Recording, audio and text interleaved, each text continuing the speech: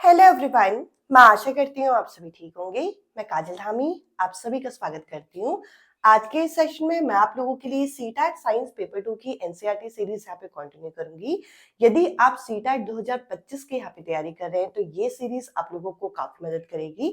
और आज के इस सेशन में मैं आप लोगों के साथ डे 22 यहाँ पे कवर करूंगी, जिसके अंदर हम जो इलेक्ट्रिक करंट होता है इसके इफेक्ट को समझेंगे।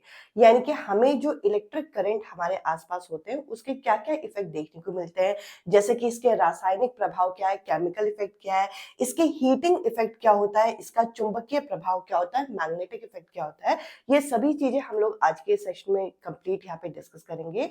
और अगर आपको आज के सेशन यहाँ पे पसंद आता है और इससे पहले के सेशंस आप यहाँ पे देखना चाहते हैं तो मैं आप लोगों के साथ जो सीटैट साइंस की यहाँ पे क्लासेस शेयर करती हूँ, ये आप लोगों की क्लासेस होती है मंडे, वेंसडे और फ्राइडे को। इसके अलावा जो आपकी मैथ्स की क्लासेस मैं आप लोगों के साथ यहाँ पे शेयर करती हूँ, ये होती है आपकी ट्यूसडे, थर्सडे, सैटरडे। आप चाहें तो इन क्लासेस को यहाँ पे देख सकते हैं। कमेंट सेक्शन में आपको टेलीग्राम ग्रुप का लिंक, साथ ही साथ यहाँ पर आपको साइंस और मैथ्स की प्लेलिस्ट मिल जाएगी जिसको आप विजिट कर सकते हैं। इसके अलावा अगर आप बिगनर हैं जो कि first time paper 2 math science की तैयारी कर रहे हैं, या फिर आप 2 से 3 अटेम्प्ट दे चुके हैं बट आपका यहाँ पे स्कोर इंक्रीज नहीं हो रहा, तो आप चाहें तो मेरे थ्रू लिखे हुए हैंड रिटन नोट्स यहाँ पे जो है परचेज कर सकते हैं, जिसमें आपको कंप्लीट कंटेंट जो है सीटैट एग्जाम ओरिएंटेड मिलेगा, प्लस आपको यहाँ पे प्रीवियस ईयर पेपर जो है सॉल्व फॉर्म में मिलेंगे, जिसके लिए आपको इस नंबर पे मैसेज करना होगा। अब चलिए आज के इंपॉर्टेंट सेशन यहाँ पे शुरू करते हैं। और इलेक्ट्रिसिटी चैप्टर के ऑलरेडी मैं आप लोगों के 2 से 3 सेशन ले चुकी हूँ, ये फाइनल सेशन है। अब देखिए, अगर मैं इलेक्ट्रिक करंट की बात करूं जो आपके आसपास किसी भी सर्किट में फ्लो करता है, उसके क्या क्या इफेक्ट होते हैं, तो उसके इफेक्ट में सबसे पहले हम हीटिंग इफेक्ट को देखने वाले हैं। और अगर आप अभी का जो 15 दिसंबर का पेपर है वो अगर आप अभी खोल के देखते हैं, 15 दिसंबर 2024 का पेपर, 2 शिफ्ट में पेपर हुआ था, 14 दिसंबर, 15 दिसंबर, तो उसमें आपको हीटिंग इफेक्ट का क्वेश्चन देखने को मिल जाएगा। अब हीटिंग इफेक्ट किस तरीके से, आप किसी भी इलेक्ट्रिकल अप्लायंसेस को यूज करते हैं तो थोड़े टाइम के यूज के बाद वो चीज गर्म होनी है, आप चाहो या ना चाहो। आप चाहे टीवी यूज कर रहे हो, चाहे आप फ्रिज यूज कर रहे हो, कोई भी इलेक्ट्रिकल अप्लायंस आप यूज करोगे तो वो गर्म तो होगा। अब ये गर्म जो हो रहा है, इस इफेक्ट को हम लोगों ने अपने एप्लीकेशन में, अपने उपयोग में हम लिया है, यानी कि इसका कुछ ना कुछ हमने यूज निकाल दिया। जैसे कि आप अपने आसपास अगर चीजें देखें तो जो आपके इलेक्ट्रिक हीटर होते हैं, इलेक्ट्रिक हीटर हो गए, इसके अलावा आप अपने आसपास देखेंगे टोस्टर हो गए, साथ ही साथ जो आपका हेयर स्ट्रेटनर होता है, इसके अलावा हम लोग जो आयरन यूज करते हैं, ये सारे के सारे किस इफेक्ट पे काम करते हैं, हीटिंग इफेक्ट पे काम करते हैं कि ये चीजें जल्दी गर्म हो जाती है और हमें इसका यूज होता है। अब यहाँ पे जूल्स का एक लॉ है जो आपको यहाँ पे समझना है। जूल्स का लॉ यहाँ पे क्या बोलता है कि जो हीट होगी, हीट कितनी प्रोड्यूस होगी, ये किस किस चीजों पर डिपेंड होगी, ये आपको देखना है। जो हीट आपकी प्रोड्यूस होती है ये आपकी डिपेंड करती है कि उस इलेक्ट्रिक सर्किट में कितना आपका करंट फ्लो हो रहा है, यानी कि H is directly proportional to I square. इसके अलावा यहाँ पे H जो है और किस किस के प्रोपोर्शनल होता है, H is directly proportional to resistance.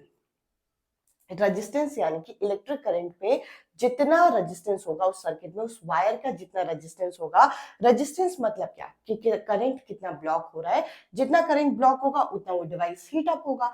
और कितने टाइम तक आप उस डिवाइस को यूज कर रहे हो, सिंपल सी बात है, 5 मिनट यूज करके तो चीजें गर्म होगी नहीं। अगर आप घंटा भर यानी कि 2 से 3 घंटे, 4 घंटे यूज कर रहे हो, तब जाके वो चीजें यहाँ पे हीट अप होती हैं। तो इन शॉर्ट H जो है ये आपकी किस किस के प्रोपोर्शनल है। यहाँ पे प्रोपोर्शनैलिटी के साइन को हटा के जो कांस्टेंट आता है उसकी वैल्यू 1 होती है।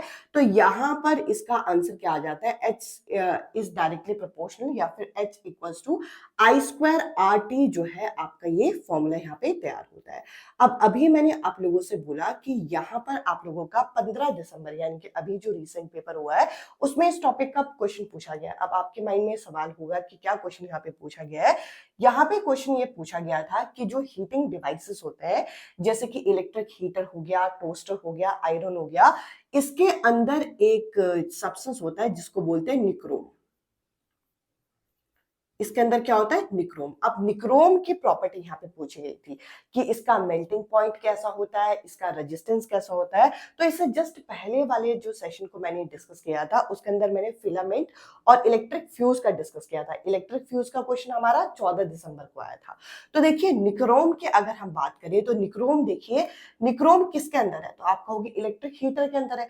और इलेक्ट्रिक हीटर क्या है, एक हीटिंग डिवाइस जो कि गर्म होने पे चलता है। तो यानी कि ये ज्यादा से ज्यादा हीट को भी क्या कर लेगा, सहन कर लेगा। तो इसका आपका मेल्टिंग पॉइंट क्या होता है, इसका मेल्टिंग पॉइंट होता है हाई।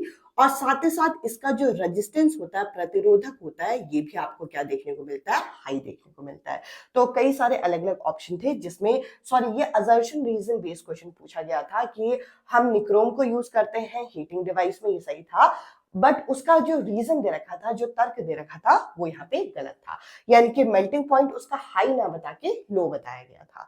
तो ये आपसे सबसे पहले मैंने डिस्कस किया अभी हीटिंग इफेक्ट। अब अगला हम यहाँ पे डिस्कस करेंगे केमिकल इफेक्ट, यानी कि रासायनिक गुण क्या होते हैं। अब देखिए यहाँ पे अगर आप देखें तो हमारे आसपास हम कई सारी जगह पे इलेक्ट्रिसिटी प्रोड्यूस करके, यानी कि इलेक्ट्रिक करंट पास करके हम क्या करते हैं, अपने आसपास की चीजों को इजी करते हैं, यानी कि अपने डे टू डे लाइफ के कामों को इजी करते हैं। जिनमें से एक होता है आपका विद्युत लेपन, जिसको आप इलेक्ट्रोप्लेटिंग के नाम से जानते हैं। अब इलेक्ट्रोप्लेटिंग में किया क्या जाता है, एक सॉल्यूशन के अंदर, यानी कि एक इलेक्ट्रोड इस तरीके से तैयार कर दिया, ये हो गया आपका एनोड। एनोड पे हमने कॉपर की एक स्ट्रिप यहाँ पे ले ली, यहाँ पे हमने एक बैटरी लगा दिया और यहाँ पे मैंने एक की लगा दिया। अब मान के चलिए कि मुझे इस चुंबक, सॉरी, इस चाबी में मुझे क्या करना है, इस चाबी में मुझे यहाँ पे कॉपर को डिपॉजिट करना है। तो जैसे ही मैं इलेक्ट्रिक करंट यहाँ पे पास करते रहूंगी, ये जो कॉपर होगा यहां से यहां इस जगह पर डिपॉजिट होता जाएगा, जमा होता जाएगा। अब आप कहोगे इसका यूज क्या है, इसका यूज आप अपनी डे टू डे लाइफ में कहां कहां करते हैं। जैसे कि आप गोल्ड की इलेक्ट्रोप्लेटिंग करते हैं, आप कॉपर की इलेक्ट्रोप्लेटिंग करते हैं, आप क्रोमियम की इलेक्ट्रोप्लेटिंग करते हैं और साथ ही साथ एक इंपॉर्टेंट है, आप जिंक की इलेक्ट्रोप्लेटिंग करते हैं।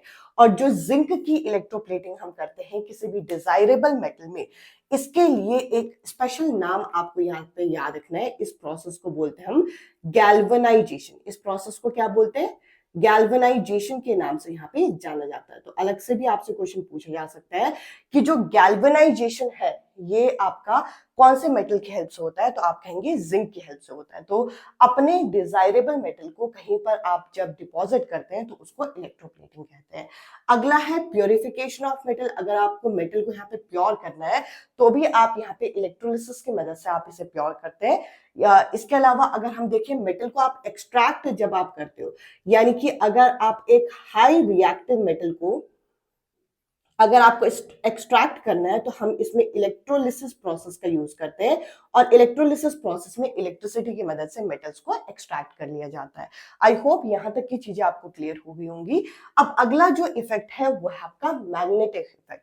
अब अगर मैं मैग्नेटिक यानी कि चुंबकीय प्रभाव की बात करूं तो यहाँ पे हम एक एप्लीकेशन देख पाएंगे इसका, जो कि है बेल का। अब देखिए बेल के अंदर होता क्या है, बेल में आपने देखा होगा जैसे ही हम स्विच ऑन करते हैं तो वहां पे घंटी जो होती है बजने लग जाती है। अब घंटी बजती कैसे है, आपने यहाँ पे सेल लगा दिया, स्विच आपने जब ऑन किया तो होगा क्या कि ये आपकी जो कॉइल है ये क्या हो जाएंगी, ये आपकी मैग्नेटाइज्ड हो जाएंगी और इनमें इलेक्ट्रिक फील्ड जो है ये आपका बनने लग जाता है। और इलेक्ट्रिक फील्ड जो ये बनने लग जाता है, इस इलेक्ट्रिक फील्ड के संपर्क में जैसे ही ये वाला आपका मेटल की स्ट्रिप, ये आपकी मेटल की स्ट्रिप है, ये आती है, तो ये पार्ट क्या हो जाता है, ये पार्ट भी आपका यहाँ पे मैग्नेटाइज हो जाता है। मैग्नेटाइज होने की वजह से ये इस वाले गोले को क्या करता है, हिट करता है। और जितने बार ये हिट करेगा उतने बार आपको घंटे की आवाज जो है वो सुनाई पड़ेगी। तो इस तरीके का इसका प्रोसेस है। इन शॉर्ट जो आपका बेल है ये आपका मैग्नेटिक इफेक्ट की वजह से चलता है, क्योंकि आप करंट जैसे पास करते हो ये कॉइल क्या हो जाती है, मैग्नेटाइज्ड हो जाती है। इसके अलावा एक और एप्लीकेशन है इसका सोलेनॉइड के अंदर, आपने देखा होगा। सोलेनॉइड की अगर हम बात करें, सोलेनॉइड क्या होता है, अगर एक कॉइल को आप सिलिंड्रिकल फॉर्म में रैप कर दो तो वो बन जाता है आपका सोलेनॉइड। और इसमें भी जैसे ही आप इलेक्ट्रिक करंट यहाँ पे पास करोगे इसमें मैग्नेटिक फील्ड जो है ये बनने लग जाएगी। आपको पता होगा कि कभी भी हम इलेक्ट्रिसिटी अगर पास करते हैं तो जो कॉइल होती है ये आपकी मैग्नेटाइज हो जाती है, इसी वजह से कभी भी आपको अगर करंट लग रहा है तो आपकी बॉडी जो होती है वायर से चिपकती है। और क्यों? क्योंकि उसमें मैग्नेटिक प्रॉपर्टी यहाँ पे आने लग जाती है। ये सभी चीजें जो मैंने आपकी डिस्कस की, ये सभी चीजें किसकी वजह से हो रही है? ये सभी चीजें इलेक्ट्रिक करंट यानी कि इलेक्ट्रिसिटी पास करने की वजह से हो रही है। इसके अलावा अगर हम आगे यहाँ पे देखें तो कभी भी आप यहाँ पे किसी भी न्यूट्रल चीजों को या चार्ज वाली चीजों को रब करते हैं तो चार्ज जो होता है वे ट्रांसफर होता है, यानी कि रब करने से चार्जेस जो होते हैं वो ट्रांसफर होते हैं। यहां से भी कुछ क्वेश्चन आपके एग्जामिनर पूछ लेते हैं। अब देखिए, अगर मान के चलिए कि मेरे पास दो ऐसे आइटम है, दो ऐसे सब्सटेंस है जो कि बिल्कुल न्यूट्रल है, इनके ऊपर कोई भी चार्ज नहीं है, तो ऐसे केस में अगर मैं न्यूट्रल चीजों को आपस में रब करूंगी तो होगा क्या? यहाँ पर आपको देखने को मिलेगा कि इक्वल एंड अपोजिट चार्ज जो है दोनों में एक्वायर हो जाएंगे।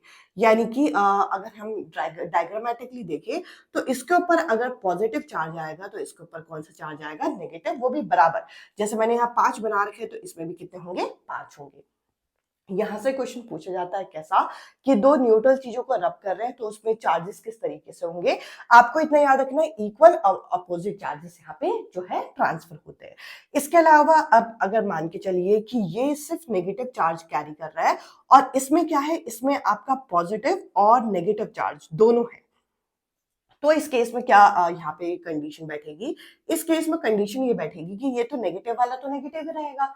अब क्योंकि नेगेटिव वाला नेगेटिव है और नेगेटिव चीज किस चीज को अट्रैक्ट करती है, तो आप कहेंगे भाई नेगेटिव अट्रैक्ट करेगा पॉजिटिव को। तो यहाँ पर ये वाला जो था, ये वाले गोले में जो नेगेटिव पॉजिटिव पहले साथ में थे, उससे पॉजिटिव इधर आ जाएगा और नेगेटिव इधर इस तरीके से रह जाएगा। सिंपल सी बात है, ये इसके जो नेगेटिव है ये इसके पॉजिटिव को अपनी तरफ अट्रैक्ट करेंगे। ऐसा नहीं कि खींच के ले जाएंगे, बट ये इस तरफ इस कॉर्नर में आ जाएगा। ये शिफ्टिंग आपको देखने को मिलेगी। अब आपके एग्जामिनर और कहां से क्वेश्चन पूछते हैं? आपके एग्जामिनर ने एक बार एक ग्लास रॉड जिसको आप सिल्क से रब कर रहे हो और एक बार आप यहाँ पे कॉटन से रब कर रहे हो, इससे रिलेटेड क्वेश्चन यहाँ पे पूछा था। तो आपको पता होना चाहिए कि सिल्क के पास यहाँ पे अगर ग्लास रॉड के पास क्या होते हैं? इसके पास होते हैं फ्री इलेक्ट्रॉन्स। ग्लास रॉड के पास क्या होता है? Free electron. जब आप इसे सिल्क के साथ रब करते हो तो सिल्क के पास इसके इलेक्ट्रॉन हो जाते हैं ट्रांसफर। तो सिल्क के पास कौन सा चार्ज आ जाता है? नेगेटिव चार्ज आ जाता है। और ये जो ग्लास रॉड है इसके पास कौन सा चार्ज आ जाता है? पॉजिटिव। बस इतना याद रखना है, जब कभी भी एक ग्लास रॉड को सिल्क के कपड़े से रब किया जाएगा तो उसके पास क्या आ जाएगा? नेगेटिव चार्ज, और ग्लास रॉड के पास क्या आ जाएगा? पॉजिटिव। और अगर कॉटन के साथ रब किया जाए तो कॉटन के पास यहाँ पे पॉजिटिव चार्ज और ग्लास रॉड के पास यहाँ पर नेगेटिव चार्ज आ जाता है। ये क्वेश्चन आपके एग्जामिनर ने दोनों ही अलग अलग ईयर में पूछा हुआ है। तो ये मतलब एक तरीके से एक्सपेरिमेंटल एक्टिविटी है जो आपको, जिसका रिजल्ट यहाँ पे पता होना चाहिए। बेसिकली आज की क्लास में हमने केमिकल इफेक्ट यानी कि रासायनिक प्रभाव, चुंबकीय प्रभाव, हीटिंग इफेक्ट, और कभी भी आप किसी भी न्यूट्रल चीजों को रब करोगे तो किस तरीके से चार्जेस ट्रांसफर होते हैं, किस तरीके से चार्जेस एक दूसरे के ऊपर आते हैं, ये सारी चीजें हमने डिस्कस की। आई होप आज का ये सेशन आपको यहाँ पे क्लियर हुआ होगा। अब मैं आप लोगों के साथ आज के सेशन से रिलेटेड प्रीवियस ईयर क्वेश्चन यहाँ पे डिस्कस करती हूँ। मैं उम्मीद करूंगी कि आज का ये सेशन आपको क्लियर होगा। अब मैं आप लोगों के साथ कुछ प्रीवियस ईयर क्वेश्चन यहाँ पे डिस्कस करना चाहूँगी जो कि आज के इस टॉपिक पे यहाँ पे बेस्ड है। और ये जो पहला क्वेश्चन आप यहाँ पे स्क्रीन में देख रहे हैं, ये हमसे यहाँ पे 14 दिसंबर 2024 में पूछा गया था। अब ये जो क्वेश्चन था ये असर्शन रीजन यहाँ पे बनाया गया है, बट अगर आपके कॉन्सेप्ट स्ट्रांग है तो आप इजीली इस तरीके के क्वेश्चन कर पाएंगे। अब हमसे ये जो यहाँ पे अभिकथन पूछा गया था, इसमें बोल रखा है कि निक्रोम का प्रयोग, यानी कि निक्रोम का यूज़ हम किस में करते हैं? हम यहाँ पे जो विद्युत टोस्टर हो गया और विद्युत गीजर हो गया, ऐसे यंत्रों में यहाँ पे जो तापन तत्व है इसके रूप में करते हैं, यानी कि हीटिंग एलिमेंट के रूप में इसे यूज़ किया जाता है। कैसे डिवाइसेस में? जैसे कि आपका इलेक्ट्रिक टोस्टर हो गया, इलेक्ट्रिक गीजर हो गया, इनमें। तो ये तो आपका बिल्कुल सही है। अब अगर हम इसका रीज़न यहाँ पे देखें तो यहाँ पे बता रखा है कि निक्रोम का मेल्टिंग पॉइंट जो होता है वे आपका यहाँ पे हाई होता है, ये भी सही है, बट इसकी रजिस्टिविटी यहाँ पे लो नहीं होती। इसकी रजिस्टिविटी क्या होती है? इसकी रजिस्टिविटी हाई होती है। बेसिकली हीटिंग एलिमेंट है तो वो ज़्यादा जो टेम्परेचर है उसको सहन कर पाएगा, तो इसका मेल्टिंग पॉइंट तो हाई होगा, पर इसकी रजिस्टिविटी जो प्रतिरोधकता होती है ये निम्न नहीं होती, ये उच्च होती है। तो हम यहाँ पे कहेंगे कि ए जो है वो आपका ट्रू है, जबकि आर जो है यहाँ पे क्या दे रखा है? आर जो है हमें यहाँ पे फॉल्स दे रखा है। आई होप इस तरीके के क्वेश्चन आप आसानी से यहाँ पे कर पाएंगे। अब देखिए अगला ये जो क्वेश्चन हमसे यहाँ पे पूछा गया है, इस प्रश्न में हमें क्या बोला गया है? इस क्वेश्चन के अंदर हमें बोला गया है कि which of the following device does not involve the principle of magnetic effect of electric current. अब देखिए यहाँ पे मैंने आज के इस सेशन में आप लोगों के साथ 3 तरीके के इफेक्ट डिस्कस किए। एक तो आपसे हीटिंग इफेक्ट डिस्कस किया, जिससे पहला क्वेश्चन यहाँ पे पूछा गया था। अगला इफेक्ट डिस्कस किया था मैग्नेटिक इफेक्ट, उसके बाद डिस्कस किया था केमिकल इफेक्ट। अब यहाँ पे बोल रखा है कि इनमें से कौन सा आपका यहाँ पर magnetic effect of electric current से काम नहीं कर रहा। तो एक एक करके अगर हम ऑप्शन देखें तो यहाँ पे आपको देखने को मिलेगा, इलेक्ट्रिक बेल का एग्जाम्पल मैंने आपको दिया था तो ये यहाँ पे होगा नहीं। इसके अलावा मोटर और जनरेटर के अंदर भी अगर आप यहाँ पे क्लास 10th की एनसीईआरटी को बहुत डिटेल में पढ़ते हैं तो हमें इलेक्ट्रिक जनरेटर और इलेक्ट्रिक मोटर वाला टॉपिक जो है वो आप लोगों का मैग्नेटिक इफेक्ट वाले कॉन्सेप्ट के साथ रिलेट करके दिया हुआ है, तो ये भी यहाँ पे नहीं है। अब अभी जो मैंने पिछला क्वेश्चन डिस्कस किया उसी से ये क्वेश्चन सॉल्व हो जाएगा। जो आपका इलेक्ट्रिक हीटर है या इलेक्ट्रिक टोस्टर है वो आपका किससे चलते हैं? वे आपका हीटिंग इफेक्ट से चलते हैं, ना कि मैग्नेटिक इफेक्ट से चलते हैं। तो यहाँ पे आपका करेक्ट आंसर क्या होगा? यहाँ पे सी जो ऑप्शन है ये करेक्ट आंसर है। अब मैं आपके साथ नेक्स्ट क्वेश्चन यहाँ पे डिस्कस करती हूँ, जिसके अंदर क्या बोल रखा है। इस क्वेश्चन के अंदर हमें यहाँ पे बोल रखा है read the following statement and choose the correct option, और वही एक असर्शन रीजन हम लोगों को यहाँ पे दे रखा है।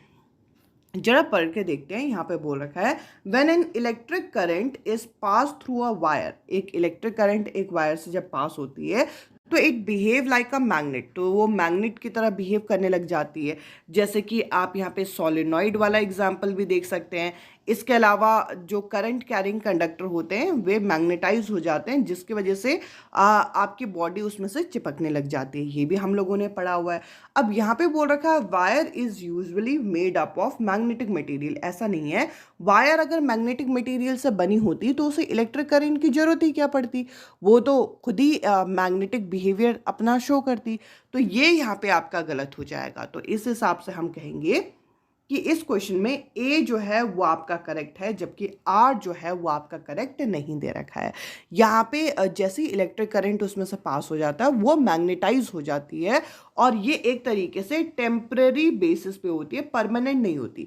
अगर वो मैग्नेटिक मटेरियल से बनी होती तो एक परमानेंट मैग्नेट की तरह यहाँ पे काम करती। इसके अलावा अगर हम नेक्स्ट क्वेश्चन यहाँ पे देखें तो इसके अंदर क्या बोल रखा है, when two neutral object are rubbed to against each other, अगर दो न्यूट्रल चीज़ों को हम एक दूसरे के अगेंस्ट रब करते हैं तो क्या होगा। मैंने आपको बताया था कि इक्वल और अपोजिट चार्ज जो है ये एक्वायर कर लेते हैं, यानी कि इसके ऊपर अगर पॉजिटिव चार्ज आ जाएगा तो इसके ऊपर कौन सा चार्ज आ जाएगा? Negative charge. और इनका मैग्नीट्यूड यहाँ पे बराबर होता है इक्वल एंड अपोजिट। इक्वल शब्द आ रहा है ना, इक्वल शब्द की वजह से हम यहाँ पे क्या कहेंगे, हम यहाँ पे डिफरेंट मैग्नीट्यूड वाले ऑप्शन को यहाँ पे काट देंगे।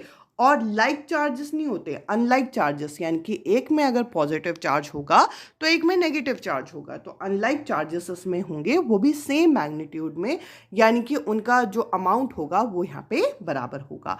आई होप ये क्वेश्चन आप इजीली यहाँ पे समझ पा रहे होंगे। अब अगला क्वेश्चन अगर हम यहाँ पे डिस्कस करें तो इसके अंदर क्या बोल रखा है कि two uncharge object P and Q are rubbed against each other. देखिए क्वेश्चन को बस घुमा दिया है वर्डिंग को, बट पूछा वही गया है कि दो अनचार्ज ऑब्जेक्ट है, यानी कि दो न्यूट्रल चीज़ें हैं जिनके ऊपर कोई भी चार्ज नहीं है, जैसे कि इसका नाम दे दिया पी और इसका नाम दे दिया क्यू। तो यहाँ पे हमसे पूछा गया है कि अगर इन्हें हम एक दूसरे के अगेंस्ट रब करें तो क्या होगा। तो वही वाली बात है कि इसके ऊपर अगर पॉजिटिव चार्ज आ जाएगा तो इसके ऊपर कौन सा चार्ज आ जाएगा, नेगेटिव चार्ज। यानी कि P और Q जो है वो अनइक्वल चार्ज एक्वायर नहीं करेंगे, बराबर चार्ज एक्वायर करेंगे, वो भी अपोजिट चार्ज होंगे। यानी कि एक में अगर यहाँ पे प्लस चार्ज है तो एक में यहाँ पे क्या होगा, माइनस चार्ज। आई होप ये क्वेश्चन भी आप इजीली समझ पा रहे होंगे। अब अगला ये जो क्वेश्चन हमसे पूछा गया है, इसके अंदर बोला गया है which one of the following option correctly arrange the lightning device in order of increasing energy efficiency. Energy efficiency यानी कि कहीं ना कहीं एनर्जी को सेव करने की बात यहाँ पे की गई है। तो जो बल्ब होते हैं वे तो सबसे ज़्यादा आपके इलेक्ट्रिक सिटी यहाँ पे कंज्यूम करते हैं, जो पहले के टाइम में यूज़ करते थे। इसके बाद यहाँ पे क्या है, इसके यानी कि ये ऑप्शन यहाँ पे आपका कट गया।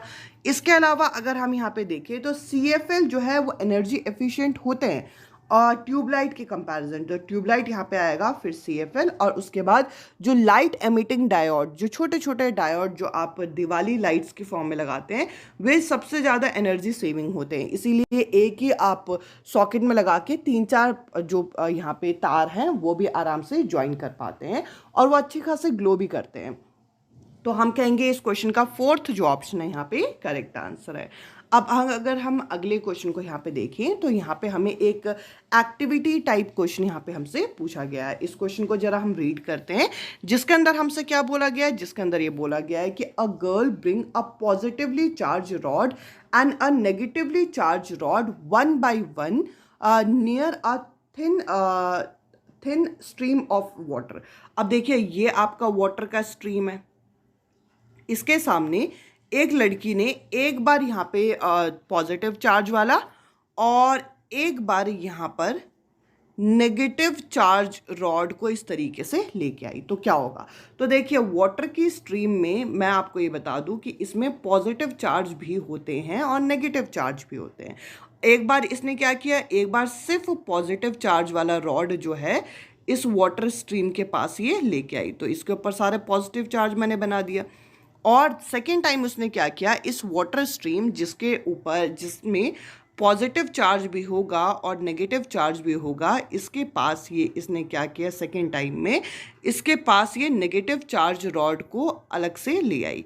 तो यहाँ पे पूछा गया है कि इस केस में क्या होगा। देखिए अगर रॉड के ऊपर यहाँ पर पॉजिटिव चार्ज है, जैसे कि पहले केस में है, तो अगर पॉजिटिव चार्ज है तो पॉजिटिव चार्ज किसको अट्रैक्ट करेगा, नेगेटिव को। तो यहाँ पर कौन सा चार्ज आ जाएगा, यहाँ पर पास में नेगेटिव चार्ज आ जाएगा। और सेम यही चीज़ क्या होगा कि आपको यहाँ पे देखने को मिलेगा कि जो नेगेटिव चार्ज है वो कौन से चार्ज को अट्रैक्ट करेगा, पॉजिटिव चार्ज को अट्रैक्ट करेगा। तो यहाँ पर हम क्या कहेंगे कि बेसिकली होगा क्या कि इस केस में जो वाटर स्ट्रीम है वो दोनों के दोनों चार्जेस को क्या करेगी, वो एक तरीके से अट्रैक्ट करेगी। हम यहाँ पे ये नहीं कह सकते कि टुवर्ड द पॉजिटिवली चार्ज मतलब ये सिर्फ पॉजिटिव चार्ज रॉड के पास जाएगी और नेगेटिव चार्ज से दूर जाएगी, ये नहीं बोल सकते। हम ये नहीं बोल सकते कि नेगेटिव चार्ज की तरफ जाएगी और पॉजिटिव चार्ज को दूर भगाएगी, ये भी नहीं बोल सकते। दोनों ही चार्ज से दूर जाएगी ऐसा नहीं है, दोनों ही चार्जेस की तरफ जाएगी। क्योंकि उसके पास पॉजिटिव चार्ज भी है और नेगेटिव चार्ज भी है, तो दोनों को ही ये क्या करेगी, अट्रैक्ट करेगी वन बाय वन।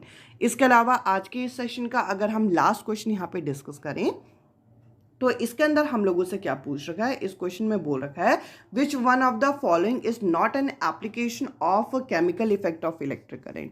देखिए वहाँ पे मैग्नेटिक इफेक्ट का पूछा था, यहाँ पे केमिकल इफेक्ट का पूछ लिया।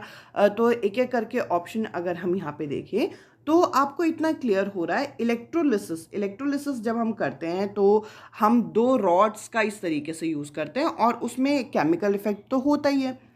इलेक्ट्रोप्लेटिंग जो हम करते हैं अपने डिज़ायरेबल मेटल की, उसमें भी हम केमिकल इफेक्ट करते हैं। गैल्वेनाइजेशन का एग्जांपल भी मैंने दिया था कि जिंक का हम लेयर लगाते हैं। अगर आप इलेक्ट्रोमैग्नेटिज्म की बात करें, मैग्नेटिज्म वर्ड जो है वो आपका किससे संबंध रख रहा है, ये आपका मैग्नेटिक इफेक्ट से संबंध रख रहा है। तो ये केमिकल इफेक्ट तो हुआ नहीं, तो इस हिसाब से हम कहेंगे इस क्वेश्चन का तीसरा जो ऑप्शन है वो यहाँ पे करेक्ट आंसर होगा। आई होप आज के सेशन आपको यहाँ पे क्लियर हुआ होगा। आज के सेशन में इतना ही। अब मैं आपसे मिलती हूँ अगले सेशन में अगले टॉपिक के साथ। Bye bye. Take care.